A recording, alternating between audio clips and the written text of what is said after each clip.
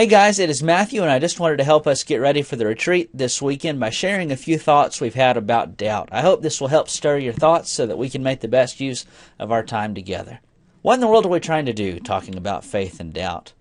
I want to go ahead and give credit to a book that I've enjoyed recently. It's by Robert Winberg. It's called Faith at the Edge, a book for doubters. It's a Christian guide to doubt. He calls it an insider's book because the perspective that people have that aren't Christian, they just can't understand what it is like to be a Christian in doubt. And that's the boat that you and I are in.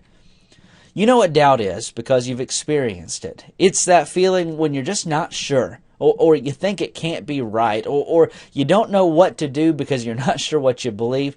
It is a lack of confidence, and that lack of confidence doesn't hardly give this concept justice.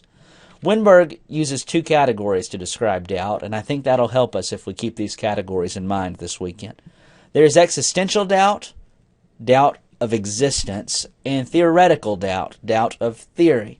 Existential doubt is personal. It shakes me to the core of who I am. Who am I? Who is God? Is God? Does He care? Existential doubt is emotionally unsettling. It's scary. St. John of the Cross called it the dark night of the soul. It's a time of absence. Is God watching? Does He care? What is He doing? Theoretical doubt is different. Existential doubt is in the heart. Theoretical doubt is in the head. Theoretical doubt is academic or intellectual doubt. Is this true?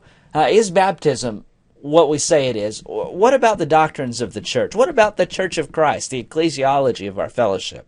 Theoretical doubt questions a doctrine or a practice, and it's kind of interesting. It's invigorating. How does God act? What does God want? It has to do with specifics. Existential doubt is not invigorating. For most people, it's depressing. Theoretical doubt is interesting. Existential doubt is living with God's absence. Theoretical doubt is engaging the questions of God. Both of these are powerful. Both of them have a lot of potential to help us grow, but both can be pitfalls for the soul. So that's what we're going to talk about this weekend. For many people, theoretical doubts lead to existential doubts. Winberg tells a story of when he was teaching a class and he was explaining all of the controversies that have surrounded the man Jesus. For example, the Trinity. What a complex concept the Trinity is. How can 3 be 1? 1 plus 1 plus 1 does not equal 3 by anyone's math. How does God have 3 persons, yet He constantly reveals Himself as the one God, like Deuteronomy 6 says? How does that work? That's a tough question. Even harder for Matthew personally is the idea that Jesus is fully divine and fully man. By the way, that was the cause of many of the early church's greatest divisions in the first few centuries after Christ. How is it possible to be completely God and completely man? You can't have two 100% in one thing. I don't understand it. Well, for the student in Winberg's class, they were discussing these things, and it was the first time he'd ever thought about these theoretical questions. And it upended him so much, he began to think, if this isn't what it seems to be, what else am I missing? And his theoretical doubt led to existential doubt. Theoretical doubts can have a domino effect. But it works both ways. If your belief about salvation changes, sometimes it unsettles you. It upsets the whole apple cart. If your belief about the church and its nature changes, it can kind of leave you in limbo theologically and emotionally speaking. It works both ways. I know the story of a person who left a local church for a silly reason. One of the things that they talked about was how upset they were by some little practices. There were some questions about their kids and who they played with, and there was some questions about the building wasn't clean enough and the Lord's Supper wasn't sanitary, and no, we're not even one-cuppers. But the real reason this person left was because of grief. They had lost a loved one to cancer, and they said, with their own words, "I'm angry at God." They had theoretical doubts, but their theoretical doubts were really just masks for existential doubt. So we'll look at both of those. Doubts have different triggers. We'll talk about those this weekend. Theoretical doubt can trigger existential doubt and vice versa. Sometimes doubt comes in a time of crisis, in a time of fear and upheaval and depression. Is God here? If He's here, does He care?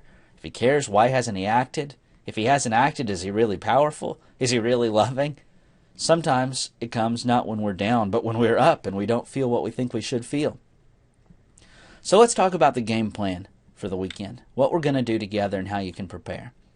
On Friday, when you first get to the cabins, we're going to have two sets of index cards available for you. On the first one, we want you to write something about a doubt. Now, this is anonymous. You don't have to put your name, and you can put in 5 if you'd like. Something that you have doubted is what goes on this card. What is something that has caused you to doubt, or a time when you've doubted? Did you feel alone at some point? Did you lose a loved one? Did a girl dump you? Did a guy dump you? Put some time or some cause or some trigger or some circumstance of doubt on the one card and place it in the one pile. And on the second card, put something of faith, something you cling to. It could be the something that helped you overcome the doubt you had, but you could still be living in that doubt, so it might be something that you just hang on to, or that has encouraged you in the past, or that you know strengthens you. Doubt and faith go together. What we're going to try to do this weekend is come up with principles for Christian doubt. How do Christians doubt? We know that harm can come from doubt, but we also know that good can come from doubt. So how do Christians doubt right? We're going to put a poster on the wall, and as we learn things, as we study and discuss this weekend, we're going to write it on the wall. Well, not the wall, but on the poster. And we're going to explain the principles as we see them and as we find them. So Friday night, we're going to start, and we're going to kind of wallow in doubt a little bit. We're going to look through those cards and share those cards together. We're going to give ourselves permission to doubt and realize that there can be good in doubt, but we're going to resolve never to let it keep us from obedience. We're going to learn to grow through and from our doubts. We'll share our doubts if we're open and honest enough. Most people are afraid that they're the only ones going through these things, but if we're honest, we'll find out that we're not alone. Did you know that there are a large group of preachers and pastors who struggle with doubts? There's been a lot of press about this recently because there's some of the groups that have the most difficult time because if they express doubt, 9 times out of 10, they lose a job. They keep it secret. But what if the church was a place where people could come together and tell the truth? Scripture and history both show us that most of the people who were God's great heroes encountered one or both kinds of these doubts, and it doesn't reflect poorly on who they are. Friday, we'll spend a little bit of time in doubt. We'll look with Job and some of his modern-day companions. On Saturday, we'll look at some moments and some people who doubted from Scripture and from history, and we'll grow from there. We'll do some character studies and some discussions about this topic. And Sunday, my hope is that we can keep as a theme in our minds what Thomas said when he saw Jesus for who he really was. We can worship in faith, saying, "My Lord and my God," and we can celebrate a God who loves us even in our doubts. Maybe together we can see that it isn't the strength and quantity and quality of our faith that saves us. It is the one in whom our faith is put. Someone once said, weak faith in a strong bridge will get you across the chasm if you'll take a step. But strong faith in a weak bridge will get you killed. It seems like Jesus said something about faith. He didn't say it had to be great faith, but faith like a mustard seed could move mountains. So that's part of what we're going to do this weekend. Look at faith and doubt. I hope that you will prepare for this weekend by praying and by considering the doubts that you have and the ones that you love have had.